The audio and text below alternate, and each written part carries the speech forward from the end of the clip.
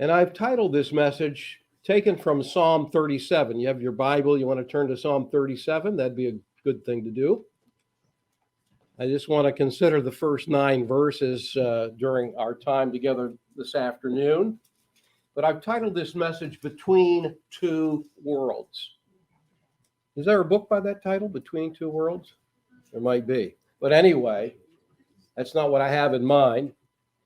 What I have in mind, you'll find out in a moment what that title really means. But you know, some Bible teachers have, I think, oversimplified it, and they have said this, that the Jewish people are an earthly people and that the church is a heavenly people.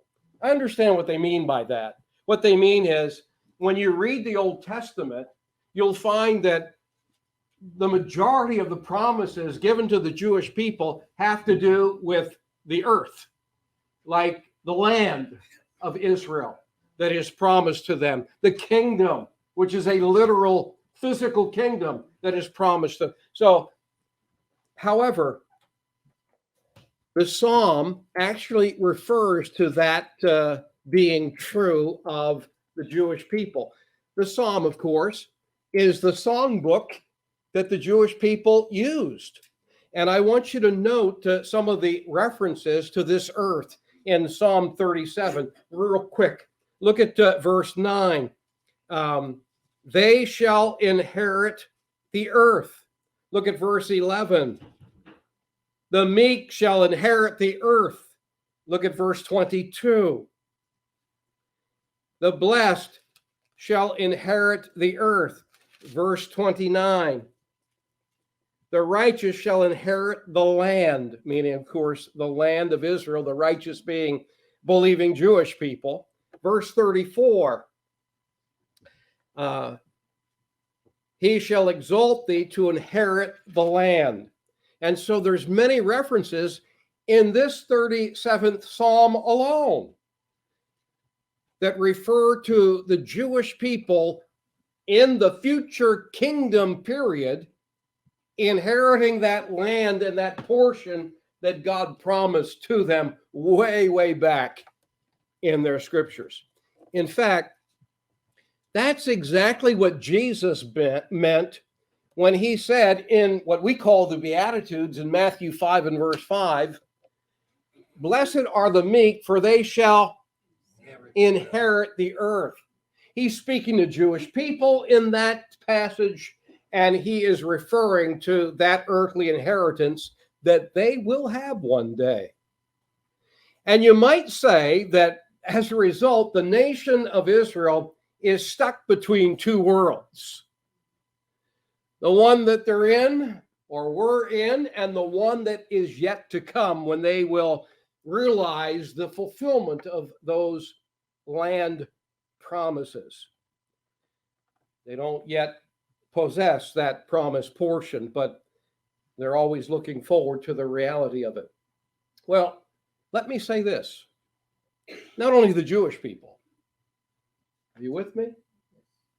All human beings, all human creatures are created to be earth dwellers. That's what the Bible says, that is our realm. That's our dwelling. We're earth dwellers.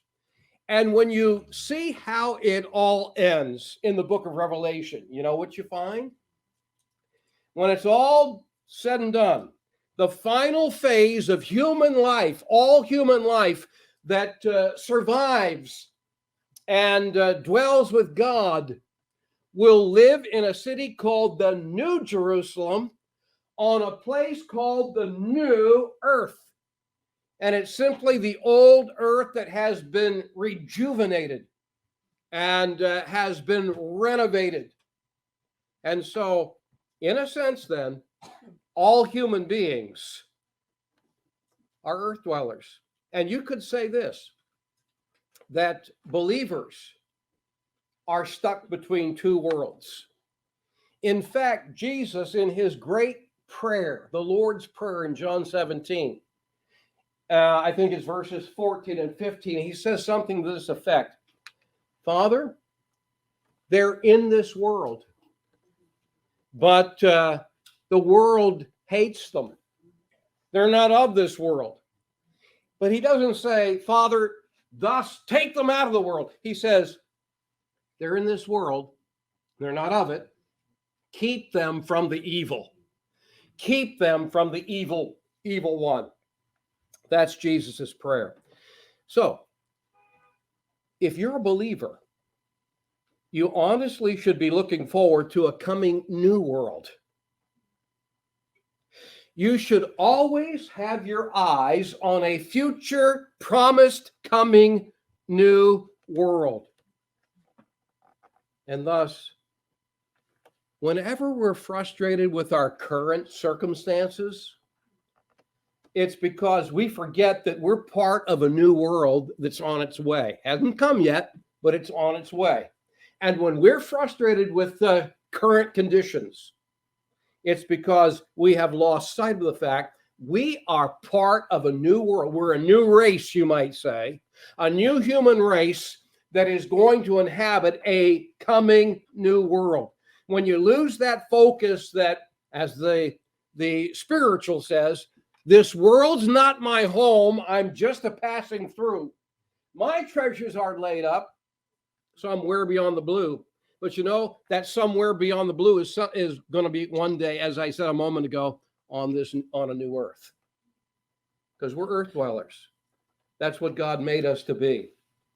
I'm part, and if you're a believer, you're part of a new world that's on its way, that's coming. Just like ancient Israel, we tend to be upset over evil conditions. You know what it's all about? Your focus.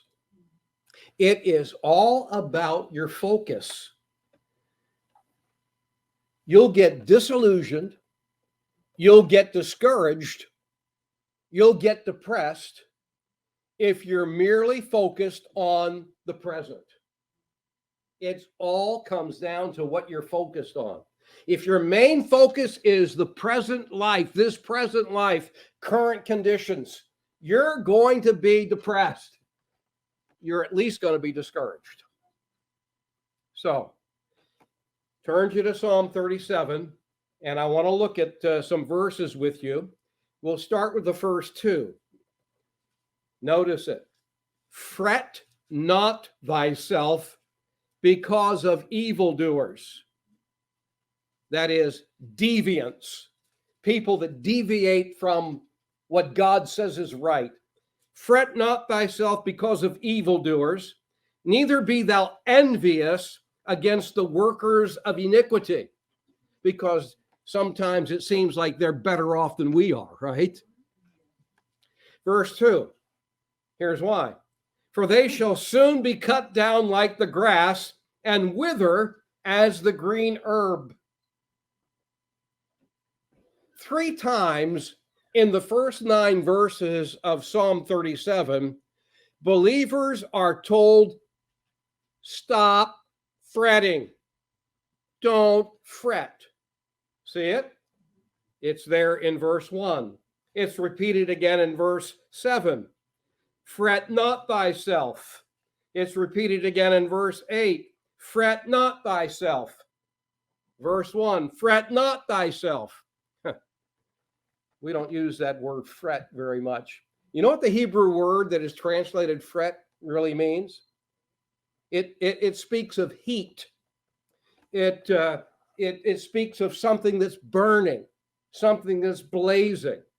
And so to fret is to burn. To fret is to seethe with anger. To fret, in fact, he uses the word anger in verse 8. See that? Cease from anger. And the Hebrew word translated in English anger is a word for the nose or for the nostrils. And perhaps it has to do with the fact that when you're really mad, sometimes your nostrils flare, right? Yeah.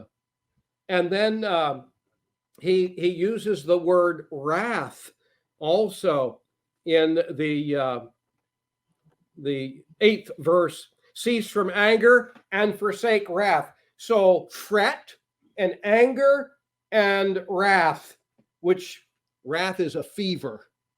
It's being feverish. And it's talking about emotional fever. It's talking about anger. And so when he says 3 times, fret not, if fret means heat, he's saying, cool down. Cool down. Cool down about your situation. Cool down about politicians and politics. Cool down over the injustices and the inequities between criminals and victims. Cool down over the fact that people seem to be getting away with evil and innocent people are being punished instead.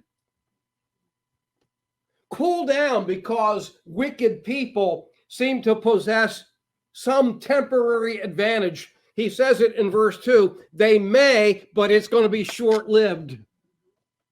They may have an advantage over us temporarily, but it's not going to last. You got to believe God on that. But on the other hand, over and over again in this 37th Psalm, he stresses the fact that while evildoers, while wicked people, while deviants may seem to be prospering currently, presently, it's short-lived, it's only temporary. However, believers that are following God's way, they are promised permanent blessing, not temporary, permanent blessing. You know why we fret?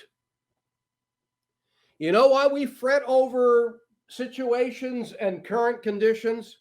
Because we're focused on the temporal and we are forgetting about the more important eternal. Simple fact. You will fret when you focus on the temporal and you overlook the important, more important eternal. That's why we should stop fretting, according to these verses, is because, hey, the conditions that we're in might seem like they're going on and on and on and on. Nothing's changed. They're temporary. They're temporary. God's blessings are permanent. That's why you should stop burning. That's why you should cool down. Now, the rest of the time that we have here in these first 9 verses, he shows us how we can stop fretting. Okay? We just looked at why we do. Now he shows us how we can stop. And it really goes along with what I was preaching on this morning in Daniel chapter 11. And that is simply this. God is in sovereign control of the governments of this earth. Doesn't look that way, does it? Doesn't seem that way. But the fact of the matter is, it's true. In fact, not only is God in control of world events, geopolitical events, and world history, but the Bible teaches us that God is the one that has set the limits on the rise and fall of nations. Now, this is just a sidebar. It really doesn't have anything to do with Psalm 37, but I feel like I should say this. You can study the Old and New Testament prophecies, and you'll never find any reference to the United States of America. Now, that's interesting, isn't it? Because there are Bible teachers that have tried to find the United States in prophecy. It's not there. It's not there. Why isn't it there? We're so important, aren't we? We're like a flash in the pan when it comes to all of world history. Why is not the United States in Bible prophecy when other nations are? You know, Iran is. Germany is. Russia is. Yeah, we could go down a list of nations that are specifically mentioned in Bible prophecy, but not the United States of America, which makes me wonder whether there will be a United States of America in the future. That it may just be consumed, and it might just be part of what we see the Antichrist calls a one world government. We'll get sucked into that. I don't know if we even exist at that point. Who knows? But that's a sidebar. The point is that God is in sovereign control of government. And that doesn't mean that he approves of all the evil that government does. But even when government is out of control, out of human control, God's in control. Even though it's being manipulated by these unseen evil spirits that Daniel 10 talks about and Ephesians 6 talks about, the rulers of the darkness of this world, God ultimately is in control. And we know how it's going to end because he's told us in the Bible. And so get that big picture in mind, that God is in control of world history and world governments, and that he has set the limits of the rise and fall of nations. And as a result, give God time and trust him. All you need to do is give God time and give him your trust. It'll work. How to stop fretting? Well, look at verse 3. First point. How can you stop burning? How can you cool down about your current situation or current conditions? Number one, trust in the Lord. Trust, that sounds simple, doesn't it? Trust in the Lord. To trust in the Lord is literally to be without care. You know, we talk about people being careless, and in a negative sense, you know, oh, he's not careful, he's careless. Well, might be. But believers are to be careless concerning circumstances. They're not supposed to allow circumstances to get them down. We're to be without care. We're to be free from anxiety because we're depending on the promise and the power of a loving Abba, a loving Father. And so we don't have to worry about, you know, if you grew up in the home that I grew up in, or if some of your homes where you had a loving, caring father, you didn't have to worry about where your next meal was coming from. You didn't have to worry about whether you would have proper clothing to wear outside. You didn't have any worries at all. Why? Because you knew your dad was going to take good care of you. You realize that the Bible is the only book that calls God a father. He's our heavenly Father. He is our Abba. And you can trust him, just as if you have a good earthly father, you as a child, you can trust him for your well-being, for your welfare. You can trust Abba. He's promised it in his word, the Bible, and he has the power to carry out what he's promised, to make it happen. And so you don't have to run when the heat gets turned up. You know, we have people fleeing New York City because the crime rate is rising. I get that. You know, it's going to rise everywhere eventually. It might be good in Florida right now, but there's coming a day when it's not going to be good in Florida either. You can't run from your problems. You can't run out of fear. Fret not. You got to be where you are certain God put you. Look, if I wasn't certain that God put me in New York City, number one, I would have never come here. Number two, I would have never stayed here. I've been here over 26 years now because God put me here, and he's going to keep me here until he says, now I want you somewhere else. Ruth, that book is about a family that when things got hot, when conditions went south, when things got bad, they ran from their problems. And when they ran from their problems, they created greater problems for themselves. And that's what happens. I was saying today, people believe that saying, the grass is greener on the other side. But they forget it also needs to be mowed. There's always responsibilities. There's different kind of problems. So Elimelech and Naomi and their two boys, they ran from Israel. They ran from Bethlehem when that famine, when that drought struck, and they didn't know where their food was going to. They went where they could find food. They went to the land of Moab. And what problems they created for themselves. Trust in the Lord. That's the point here in verse 3. That's the first step when it comes to dealing with that burning, to cool down and not fret about evil. Second thing in that third verse, do good. See that? Trust in the Lord and then do good. I say that means refocus. Refocus. Stop looking at yourself and pitying yourself because of the situation that you're in. And start looking with interest in others to help with whatever needs they might have that you can meet. Stop being self-focused.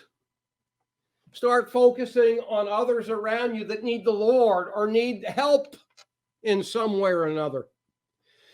This is God's remedy to not fret. Trust in the Lord. Do good. We have a sister that has a need for some meal help, right? Well, do good. Stop focusing on your pitiable conditions and do good. And if it's in your power to do so, then have a part in that, in helping. Otherwise, you'll be focused on yourself, and that's a death wish. Whenever we're self-focused, that's so detrimental. You're going to be just caught up in fretting. The third thing is in verse 4. There's 5 of them, by the way. So we're more than halfway through here. In verse 4, delight thyself also in the Lord, and he'll give thee the desires of thy heart. So trust in the Lord. Here, delight thyself in the Lord. That is, the word delight has to do with delicacies, like food that is a delicacy. Maybe to some people it's caviar, not to me. But maybe there's a delicacy food that you can think of, a luxury item. That's what the word delight derives from. In other words, seek for the delicacies, the luxuries that are found in the Lord, that are found in a close, intimate relationship with God. Seek those delicacies. Seek those luxuries in life. Not how you can bring comfort to your body, but rather how you can bring delicacies and luxuries to your soul, to that inner man. Delight yourself in a close, intimate relationship with the Lord. Desire to know God is what he's saying. You want to stop fretting? Turn your attention off of yourself onto others. Focus on God too. Focus on a desire to know God. And he says, if you do that, God will fully satisfy every longing of your heart and life. What are you longing for? What do you want most out of life? Did you know that if you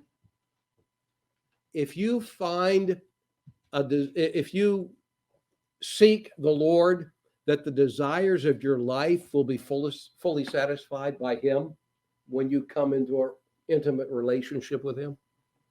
Do you have that? You know, you might even be a believer, but you're seeking for whatever you can get out of life. I don't know what it is. It might be things. It might be money. It might be a position. It might be, a relationship, whatever. You seek that, you'll never be satisfied. You'll always need more. But he says, if you will seek for the delicacies and luxuries found in a close, intimate relationship with the Lord, when you desire to know God, you're going to find out he fully satisfies your desires. He doesn't say that. Now, don't misread that second part of the verse 4. He'll give thee the desires of thine heart. Don't think that that's a promise that if you'll seek God, you'll have more things in life. That's not a promise for prosperity gospel. That's not a promise for more things in life. It's a promise of more God in your life. And that's what we need. More of God in our life. When we desire things in life, you know what happens? We become envious of others that have more than we do. We feel deprived. And when we begin to question, when we feel deprived or envious of others, we begin to question, what's the value of living a Christian life? Why be a Christian? If I'm these guys, they're not Christians. Look at what they have. Look at how happy they are. And you begin to question the value of living a Christian life, because when you live for anything other than a relationship that's intimate and close with God, your attitude is a give me attitude. What's in it for me? What's in it for me? What do I get out of it? That is a wrong attitude for a believer to have, for sure.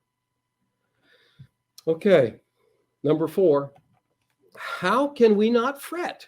How can we cool down and stop the burn? Number 1, trust in the Lord. Number 2, do good. Number 3, delight in the Lord. Number 4, look at verse 5. Commit thy way unto the Lord, and he'll act. He'll bring it to pass. Commit thy way unto the Lord. That word commit is an interesting word picture. Everyone nowadays, even the littlest guys, seem to be wanting a backpack. Everyone wants a backpack. It's a cool thing to have a backpack. If you haven't figured that out yet, you got to have a backpack if you're going to be cool. Even the little ones, they want their backpack. It makes them feel so important. Well, you know what? This commit is the picture of taking that backpack that is just heavy and rolling it off of you.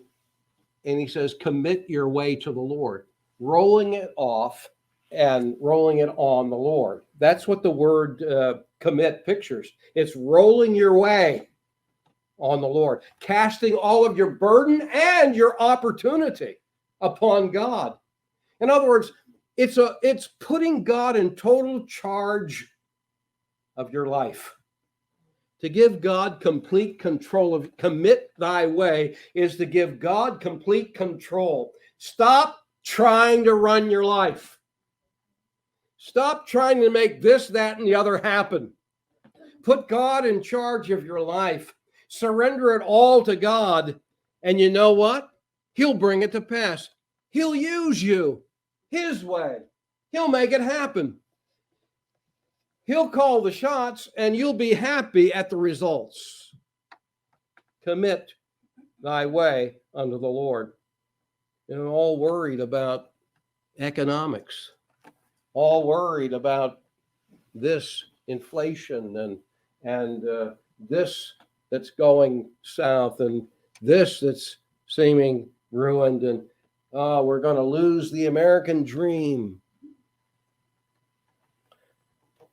Commit thy way to the Lord. And then the 5th and final thing is found in verse 7. Rest in the Lord. Okay? Trust in the Lord. Delight thyself in the Lord. Commit thy way to the Lord. Here, rest in the Lord. What does it mean to rest in the Lord? Does it mean that you're just a passive robot? Asleep? Mind numb? No. To rest in the Lord means to not be upset at what's going on, at what he allows into your realm. To rest in the Lord means that you are patiently waiting. The word rest means to be silent and to be still. to be silent and still, to be patiently waiting silently still. Because remember, you've committed, you rolled your way onto the Lord. You've committed to him. So you don't have a worry now. You're waiting for him to work. You're waiting for him to act.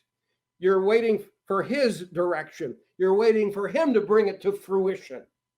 And so as a result, when you rest in the Lord, you're patiently, silently, still, you're experiencing God's peace because you believe that regardless of what it looks like, God's at work. You might not see anything happening, but you believe that God's at work. That's what it means to rest in the Lord. You believe that God is at work and that he's a God that is good. His goodness and his justice are such that if he's at work, then you can trust him. It's going to work out. God's at work. When you rest, you believe God's at work, and you believe that God is at work for you. That you believe that God is at work on your behalf in a good and just way. And you believe that God is at work in you. That is, deep within your soul, he's working. And you believe that God is at work through you. That is, he is making a difference in the lives of other people whose lives you touched. That he's working through you. They may not ever say it. They may not ever say, you know what? Something you said to me, that phone call, that text, that email you sent me, that whatever you did, that they may not ever say, thank you for that. You know what? That really helped me. That really touched my life. But you believe it by faith. You're resting in the Lord. Look, there's not a whole lot of pats on the back when it comes to serving the Lord. It's just the way it is. But there's coming a day when Jesus himself is going to pat the servant on the Lord that has learned to trust in him, to do good, to delight, and to commit and rest in him. And he's going to say, well done, good and faithful servant. And then it'll be worth it all, like we sang. It will be worth it all when we see Jesus. When that happens, when that takes place. You know what the bottom line of this Psalm 37 is? The first one, trust in the Lord. That's what the New Testament calls walking by faith. Trusting in the Lord is walking by faith. And that is what Jesus was trying to illustrate when he said, I am the true vine and you are the branches connected to the true vine. What he was trying to picture there for us in John 15 is a life that trusts in the Lord, a life that does good, a life that delights in the Lord, a life that commits their way to the Lord, and a life that rests in the Lord. That John 15 picture that Jesus used is the abiding life. And a life that abides in him is a life that depends upon Jesus to do what he says he will do and to do for you what you can't do for yourself. Commit thy way unto the Lord. Jesus says it in John 15, I think it's verse 5. He says, for without me you can do nothing. But he can do for us what we can't do ourselves or for ourselves. So it's all about your focus. Getting back to that. It's all about your focus. The writer of Hebrews says that we are to, he calls the Christian life in that passage, not walking by faith, but running, he says, with endurance. Because the Christian life isn't a sprint, it's a marathon. And so you need endurance to finish a marathon. So he says, run with endurance the race that is set before you, looking unto Jesus. That's your focus. That's your focus. It's all about your focus, and your focus has to be on him. It has to be Jesus. We're stuck between two worlds. We're part of a new world that's coming. sooner than later. But we have to focus on the one who established it and who will make it happen. Looking unto Jesus, and he says, and I would say this, all of these 5 things in verses 3 through, what is it? 7, 3 through 7. Those 5 things, how not to fret, how to put the fire out, how to not burn, how not to be angry and frustrated and upset. Those 5 things, every single one of them are a personal choice that you make. I can't make it for you. It's a personal choice that you as an individual makes. And when you make that personal choice, what you do is you exchange these for fretting. You exchange fretting for trusting in the Lord. You exchange fretting for delighting in the Lord. You exchange fretting for doing good. You exchange fretting for committing your way to the Lord. You exchange fretting for resting in the Lord. It's the exchanged life. Instead of being angry and upset at yourself and everyone else around you, make the exchange. It's a personal choice. If you don't choose it, it's not going to happen. You got to choose to make this exchange. And rather than burning with fretting, you can be filled with the fire of God in your soul. God's fire. And that's a good thing. That's a good way to burn. There's a song that says, "Let me burn out for you, O Lord. Let me burn out for you." That's the right kind of burning. And I hope that today you'll take these things to heart and that it will make a difference in the way that you view the world that you and I live in and the circumstances that we don't even anticipate are going to happen before this day is over and tomorrow when we wake up. We don't know what a day is going to bring forth, but we know how to not fret. It's simple. Personal choice to make this kind of an exchange. Otherwise, you're going to be one angry, bitter person. The older you get, the more deeper that bitterness goes and the more bitter you become through the years. I don't want to die a bitter old man. And you don't want to die a bitter old woman or a bitter old man either. And this is the key. You have to make this personal choice and make this important exchange. Right? Any questions? I think I have a couple of minutes before we're done. Yeah. Yeah. When I was home with surgery on my hip, I was spiritually in a semi-coma. I didn't care about how to serve. Yeah. I didn't ask the Lord, make me serve even though I'm like this. Yep. And I regret that recuperation time with all my heart. Well, I'm telling you, you grew through this though. You know, these are not wasted time. When we blow it, they don't have to be wasted times. We learn through these things. And that's a glorious thing. God uses even our failures to turn us around and to strengthen us. And so, you know, and I'm not saying this to single Liz out, but I'm telling you, my heart was encouraged by the fact that she had all of her belongings stolen from her a couple of weeks ago, and she's thanking God anyway, even though it was it's been a headache and difficult for her. She's been thanking God. That's a testimony to me. That's an example and an encouragement to my heart. And that's a victory.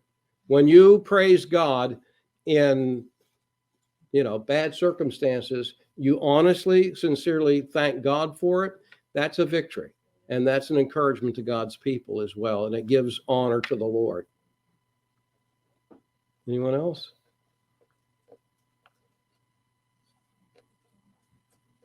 Okay. You get it then? You going to make the choice? Make the exchange?